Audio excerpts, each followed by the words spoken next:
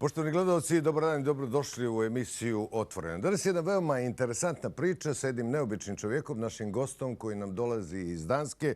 U pitanju je gospodin Kristian Bartholin, inače danski pravnik i međunarodni službenik koji je jedan od vodećih evropskih stručnjaka za pitanja vještačke inteligencije, digitalnog upravljanja, ljudskih prava i međunarodnog prava. Trenutno obavlja funkciju šefa jedinice za digitalni razvoj, sekretara Komiteta za vještačku inteligenciju u Savjetu Evrope. Diplomirao je u Kopenhagenu, diplomirao je pravo, ali istovremeno diplomirao i filologiju. I valjda taj drugi dio filologije je razlog što je on danas ovdje. Naime, nećemo govoriti o vještačkoj inteligenciji, nećemo govoriti o onome što je njegov primarni posao, govorit ćemo o nečemu što je njegov hobi i što ga jako mnogo interesuje, a to je arheologija i naravno Budva. Mr. Kristian, welcome in our studio, and I hope that we will have a very interesting story today. Thank you very much for having me. I told that you are a lawyer, but I told our spectators that we will talk about archaeology. How did your passion for archaeology begin? When I was studying, I had the great pleasure and good luck to be part of some archaeological studies that were undertaken, including in Egypt, and that sort of really got my fire up for archaeology. But this is a very interesting. It's a very interesting area. Samo prije nego što Dušan prevede, da kažem da je sa nama u studiju Dušan Liješević, naš mladi kolega koji će nam pomoći oko prevoda. Ja ću se potruditi da budem što detaljniji, što bolji, ali evo on je rekao da je svoju ljubav prema arheologiji dobio još od studiranja dok je bio na fakultetu, kad je imao i prvi put priliku da uči o samoj arheologiji, tako da eto tad se zaljubio i tad je krenuo svoja istraživanja. Sjajno. Idemo sa sljedećim pitanjem koje otprilike kaže ovako, a to je pitanje vezano naravno za Budvu i za Crnu Goru. Šta je Crnu Goru, a posebno Budvu i Kotor čini posebnim iskustvom u poređenju sa drugim turističkim destinacijama u regionu? Odnosno, what makes Montenegro a special experience in comparison to other touristic destinations in the region? I think you are very special in the sense that you have retained the authenticity of your place. When you go to Montenegro, you see it's very nice, culture is very well preserved, nature is very well preserved. That sets out Montenegro as something special. Rekao je da Crna Gora održava svoju autentičnost i da je jako zaljubljen u prirodu Crne Gore, more i sve ostale dragulje koje Crna Gora ima da pruži. Kada je bila vaša prva posjeta tim arheološkim sajtovima, odnosno arheološkim lokacijama u Budvi i u Crnoj Gori i kakve su one ostavile impresije na vas? When did your first visit to archaeological sites in Budva and what impression did they leave on you? I had this time when I was here. I've been here once before, but only briefly. But this time I had the chance to see Old Budva town. I saw also, of course, Kotor, but in Old Budva town in particular, you see a lot of archaeological remains. On je nekada davno bio u Crnoj Gori, ali tada nije imao prilike da vidi mnogo, ali sad ovog puta je obišao i Budvu i Kotor i mogao je da obiđe čitav Stari grad i da vidi sve to što Stari grad ima da ponudi i dosta arheoloških nalazišta.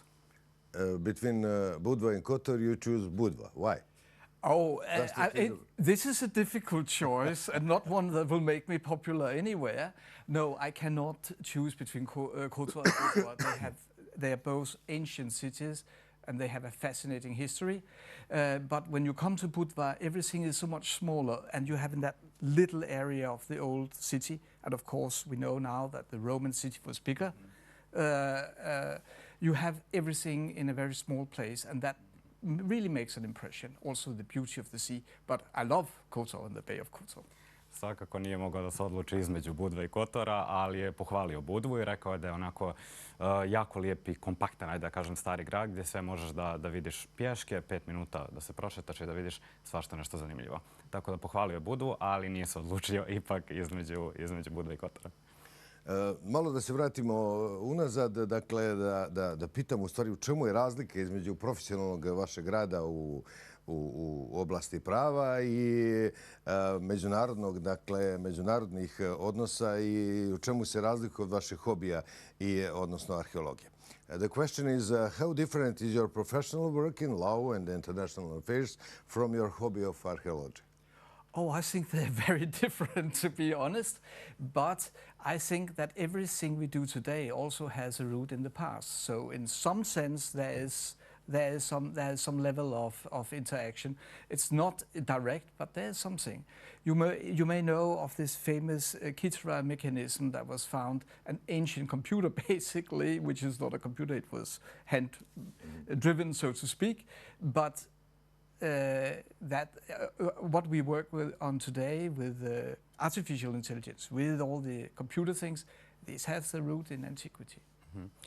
Spomenuo je kako ne postoji, ajde da kažemo, neka direktna veza između arheologije i njegovog posla, ali svakako postoji neka indirektna veza i također rekao koliko je posebno značajna artificial intelligence ili AI, tako je,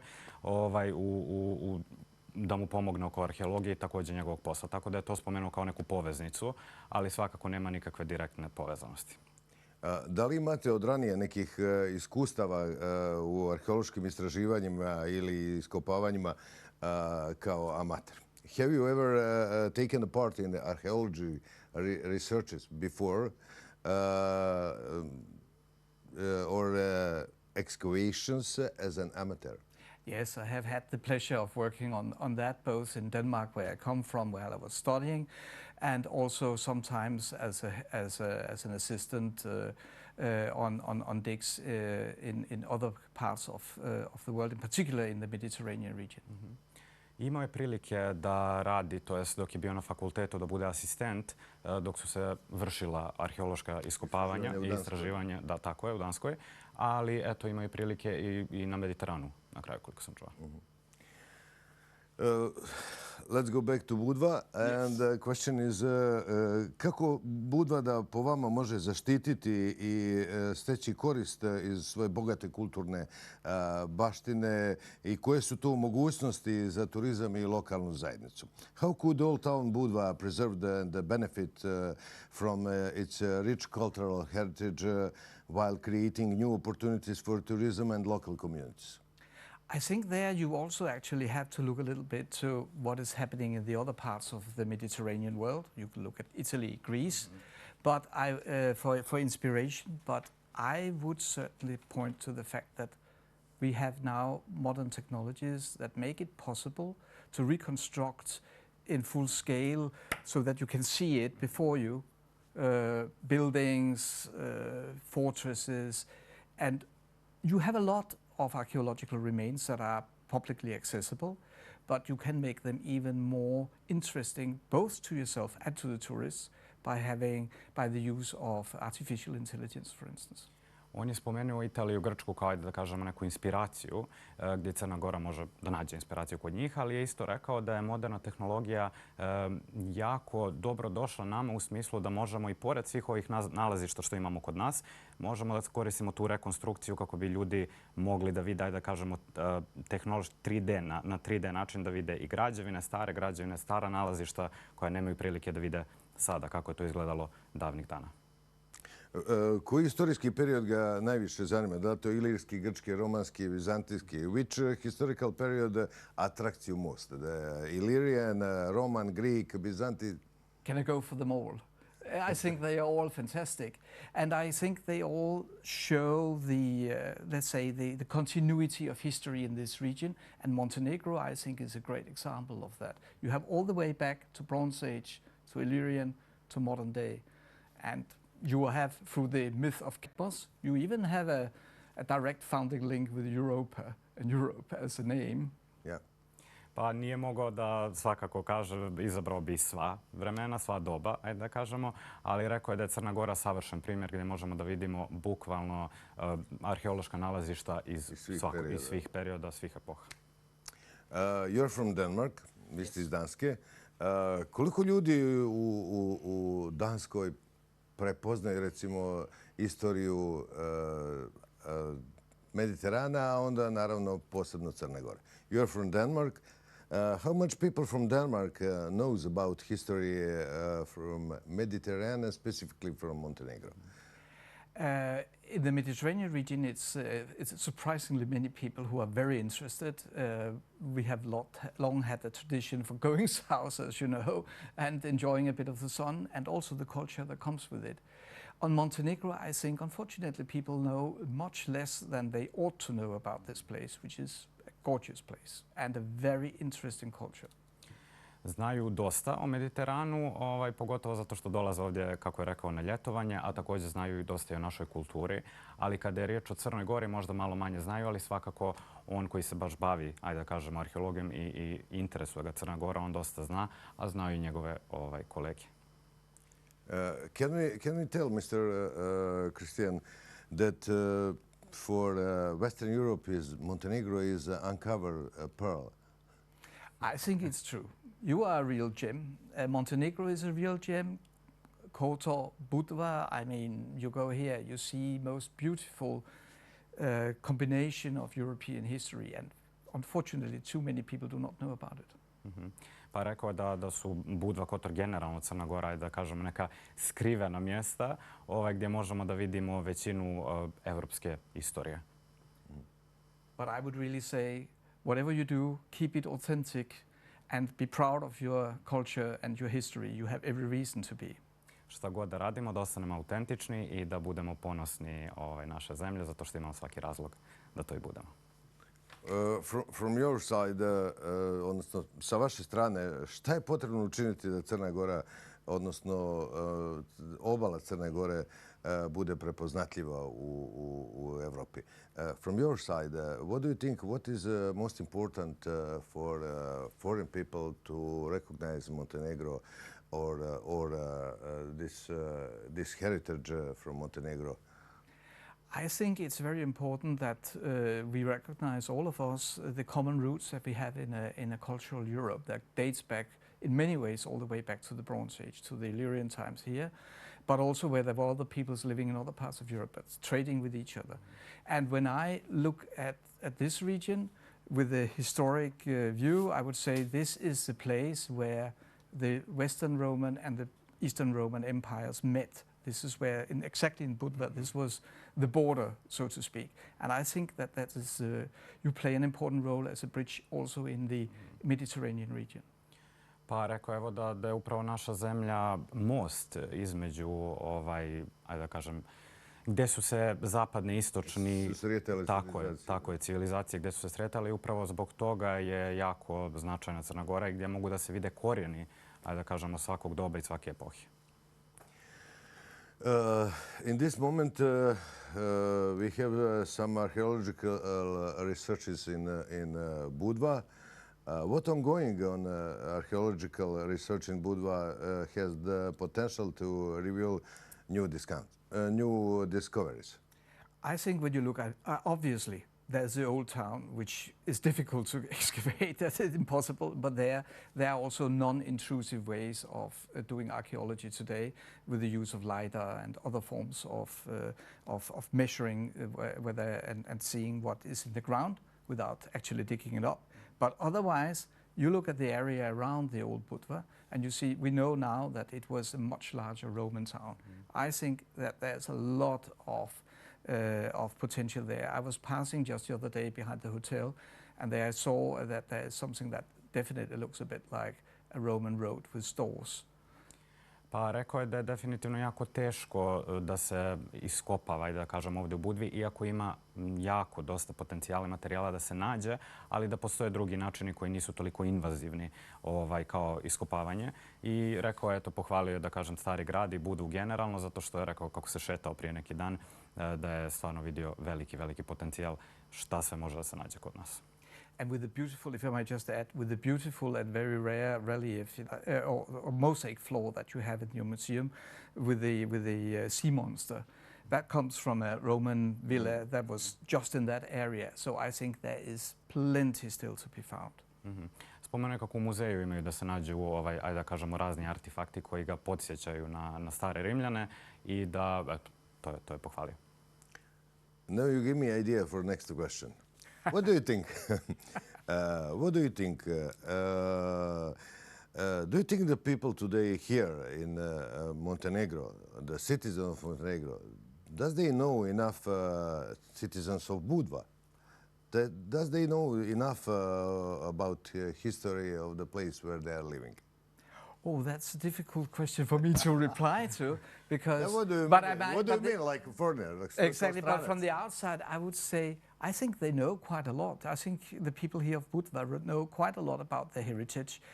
I think the real issue is to find a way to live with that heritage, to make it, to own it, and to take responsibility for it, to preserve it for the future, and make it accessible to the rest of the world. Pa svakako je rekao da misli da su naši ljudi, naši građani veoma upoznati sa istorijom i sa kulturom naše zemlje i opet je spomenuo da je jako bitno održati, da kažem, autentičnost i gledati kako da sve bude bolje za našu budućnost. Da ponovo napravimo ovu kopču između onoga što je njegov profesionalni posao, odnosno savremena tehnologija i što je hobi, a to je arheologija. I'm looking for the connection between your real job and archaeology. So the question is next. How can modern technology, such as digital reconstruction, help people better understand Budva ancient past? I think that it's possible with this kind of technology to create models based on the archaeological finds that do not only present Budva and Old Budva and the surrounding area as, 30 centimeter high walls in the ground, but you can really build them up. You can see what it looked like. And with AI, that is absolutely possible to do today. Spomenuo je kako je vrlo moguće da se pomoću moderne tehnologije naprave ti modeli, da kažemo 3D modeli, tako je, kojima može da se predstavi kako je sve to izgledalo davnih dana, prije 1000 godina. Mogu se predstaviti, da kažemo, tvrđavi i sve što se nalazi, iako ne može da se iskopa direktno, ali možemo na taj način vidjeti kako je sve to izgledalo. Da se vratimo u prošlost. Back to the past. Back to the past. From your side, odnosno sa vaše strane, šta arheologija nas uči o savremenom društvu? What has archaeology taught you about modern society? What the archaeology learn us? That we are not so different from our distant ancestors. We have the same feelings, we live the same lives with the same successes and the same losses. We have a different technology today that makes our lives a lot easier than that in the past. But if we were able to sit down with some of the ancient Budva citizens, I think you would find that we're dealing with pretty much the same problems we are. Pa kaže kako mi uopšte nismo toliko drugačiji od ljudi, da kažem, naših predaka koji su živjeli davno ovdje. Kad bi sjeli sa njima zapravo da pričamo, da bi imali razne zajedničke teme, ali zapravo je spomenuo da je, da kažemo, tehnologija tu najveće otkriće o kojem nemamo ništa zajedničko zapravo sa našim precima. Dobro. To je što se tiče predaka, a sad pitanje vraćanja u sadašnjost. Dakle, da li ste primijetili sličnost između kulturnog nasljeđa, recimo Danske i Crne Gore? Have you noticed any similarities between the cultural heritage of Denmark and Montenegro? Well, I think we have one that is very common, which is the European history we share, the Greekness, the Romanness, which has been everywhere in Europe. And of course, also the Christianity as a religion that was introduced by the Romans and has been everywhere in Europe.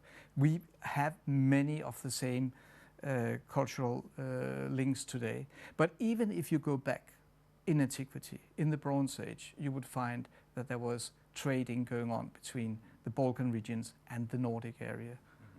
Amber, pearls. Pa spomenuo je kako definitivno imamo poveznice, najveća je, da kažemo, hrišćanstvo. Isto tako u istoriji Grci i Rimljani koji su nam bliski oboma, da kažemo. I isto tako je rekao da je poveznica, pošto su se davno pre i Balkan i Skandinavija trade, kako kažem, sad su se mijenjali sa zlatom, sa novčićima i tako dalje. Ok. When we are talking about arheology, dakle kada govorimo o arheologiji, pitanje je da li arheologija u stvari može biti most između različitih naroda i kultura. Can archaeology serve as a bridge between different people and cultures? Absolutely. I think it's a great ambassador. There's nothing more interesting for many people than knowing about the past and about the cultures of other places. And archaeology gives you that thrill. It invites you in. It gives you a perspective on the past. And often it cannot be very small things. An oil lamp, a coin, you have a direct link with the past. And I think that can help also as acting as an ambassador between cultures and states today.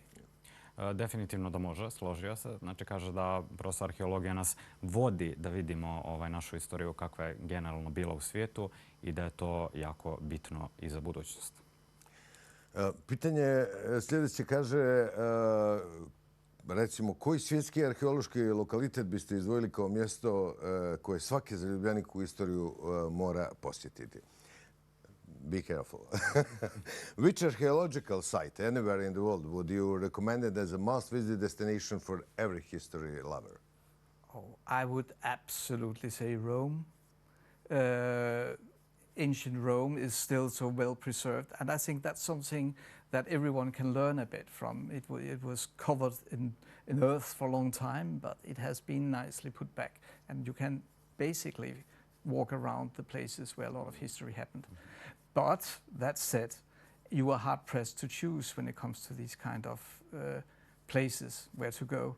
I could also mention China, I could mention Egypt, and of course, not least also this place. This is a very beautiful place and very tangible with the archaeology. You can touch it.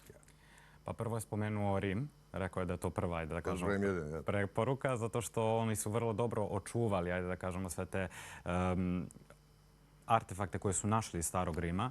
Onda je spomenuo i Kinu, spomenuo i Egipat i naravno rekao je da kod nas isto može svašta nešto se vidi i naći. Kad smo kod Crne Gore, kada biste međunarodnim posjetiocima mogli izdvojiti jedan skriveni dragulj iz arheološkog nasljeđa Budve, koji bi to bio? Dakle, the question is if you could highlight one hidden gem from Budva's archaeological heritage for international visitors, what would it be? I don't know if it is really that hidden, but I would still point to the old town because you see it, but you also walk around in it, and it is very much a touristic experience. But if you take that little bit deeper, you will see history there that is really going back to the medieval period. And the streets, I bet, are the same as in antiquity. Nije skriveno mjesto, zapravo je vrlo, vrlo poznato i turistička atrakcija. To je naš stari grad gdje ljudi svakog dana 1000 ljudi prošeta našim starim gradom, ali ako se malo više zagledaju i zapitaju, mogu vidjeti našu istoriju, definitivno. Po vama, koji rimski ili vizantijski artefakt pronađen u Budvi priča najneočekivaniju priču o prošlosti grada? Dakle, which Roman or Byzantine artifact found in Budva tells the most unexpected story about the city's past for you? For me, it is certainly the mosaic floor that you mentioned before. That I mentioned before, the one with the sea monster from the Roman villa. In some ways, it really tells you a story about how rich this place was in antiquity. Because such a mosaic floor cost a fortune to be made, and it's a very high quality, I can say, compared also to what you find in other places. So it tells me that this place was very important in antiquity, and that even though Budva looks small today, it was a huge place and still can be. Spomenuo je mozaik koji je pronašao u našem muzeju, a to je mozaik iz Rima, kako sam ga razumeo, a to je morska neman koju je vidio. I isto je rekao da je Budva, da kažemo danas, manja, ali kroz istoriju da je bila jako, jako veliko mjesto sa bogatom istorijom. Let's dream a little bit. Da kažem, malo da sanjamo, kada biste mogli da provedete jedan dan u antičkoj Budvi, šta biste najviše željeli da vidite i da živite? If you could spend one day in ancient Budva, what would you most like to see and expect? I would like to take a stroll around town and look at the people, maybe be invited in for a drink somewhere, if there's a nice bar. Who knows? I'm sure there was. And go up and see your Acropolis, where you now have the citadel. Used to be an Acropolis, probably complete with both fortress and a temple. I would love to see that. Pa rekao je da bi se prvenstveno prošetao kroz grad, da vidi ljude, da vidi našu kulturu, da možda uđe u neki bar, što da ne, pošto je siguran da bi mu se svidjelo i siguran je da bi atmosfera bila odlična. I se spomenuo i našu citadelu, da bi se popeo na mjesto gdje je tada bila, mislim gdje je danas naša citadela i da vidi kakav je pogled. Maybe you would spend some party time like today. Yes. I would be loving to. And maybe meet up with some interesting Phoenician merchant and buy some interesting goods. Upoznao bi se možda eto i sa nekim Fincima da bi se tradovali za nešto, mislim zamjenjivali za nešto. But that you can also do today. Okay. Pitanje i sadašnjosti, da tako kažem. Kako vi vidite Budvu kao turističku destinaciju, naravno? How you see Budva like a touristic destination? What is good, what is bad from your side? What is good is the way that everything has been beautifully preserved and the way and the obvious pride that you take in protecting it and keeping it as a part of the world's cultural heritage. Bravo for that. What I see that is sometimes, this is not only for Budva, you have the same feeling in Venice or other places, is that you have much the same things in tourism, you know, touristic shops that sell all the same things all over the world. And I would like to see a bit more authenticity if I could choose. Pa rekao je da je definitivno dobra stvar kako smo očuvali našu istoriju u Budvi, da mu se to jako sviđa, kao što je na primjer Stari grad. A ono što mu se nije toliko svidjelo, što nije samo, ajde da kažemo, problem kod nas, nego u većini evropskih gradova i zemalja, a to je da postoji dosta sličnih prodavnica, suvenirnica, vjerojatno na to mislio. Sa isti proizvod. Tako je, gdje ne može da se vidi naša autentičnost, tako da je to spomenuo to kako bi promijenio. I'm thinking same. Da li imate vremena da posjetite ostatak Crne Gore, sjever Crne Gore? Da li ste obilazili? Did you see the other part of Montenegro, north side? Yes, I have been a bit around, especially around the bay of Kotor. So I was seeing Kotor, I have seen Risan, I have seen the areas here around Budva, but I have not been to the northern part. Yeah, I'm asking about north part. No, I haven't been to the north part. You have to go. I will love to go. Nije bio na sjever Crne Gore, ali evo mi ga ubjeđujemo da ode, ali svakako je rekao da je vidio Bokokotorski zaliv i vidio je Risan, Kotor, Budvu svakako, tako da eto. How long you will stay here and will you work something new on researches, archaeological researches? I would love to do archaeological research here, but unfortunately I have to leave already next week, so I will be going back to my day job. Yeah. But I have enjoyed it very much here and I will definitely come back. Sljedeće nedelje se već vraća kući, iako bi jako volio da ostane i da radi neko arheološko istraživanje, ali nema prilike da to radi ovaj put. Morat će se vratiti na svoj posao, kako kaže, ali definitivno će se vratiti opet. So, you are going back on AI researching? Yes, I will try to go back and stay with my modern times. Mr. Bartholin, thank you very much for this interview, and I hope that was very interesting for our spectators. Thank you for having me. And especially for you. Very interesting for me. Because you didn't talk about your job. Exactly. That makes it much better. Thank you very much from me as well. I think I learned a lot today, and also a lot of people will learn a lot from you. Thank you very much. Thank you. Thank you very much. Hvala još jednom. Dakle, bila je to emisija Otvoreno. Naš gost bio je gospodin Kristian Bartholin, danski pravnik i međunarodni državni službenik, jedan od vodećih evropskih stručnjaka za pitanje vještačke inteligencije, digitalnog upravljanja, ljudskih prava i međunarodnih prava, koji trenutno obavlja funkciju šefa jedinice za digitalni razvoj sekretara Komiteta za vještačku inteligenciju u Savjetu Evrope. Inače, to nisam rekao na samom početku, gospodin Bartholin danas se smatra jedan od najuticajnijih evropskih zvaničnika u oblasti usklađivanja razvoja i vještačke inteligencije sa evropskim standardima ljudskih prava. Njegov rad ima veliki uticaj na zakonodavstva država članica Savjeta Evrope, ali i na zemalja koje još nisu članice, a žele da usvoje evropske standarde u oblasti AI i digitalnih tehnologija. Hvala vam od pažnje. Ostanite uz program televizije Budva i pratite nas i dalje, naravno na portalu rtvbudva.me. Prijetan dan.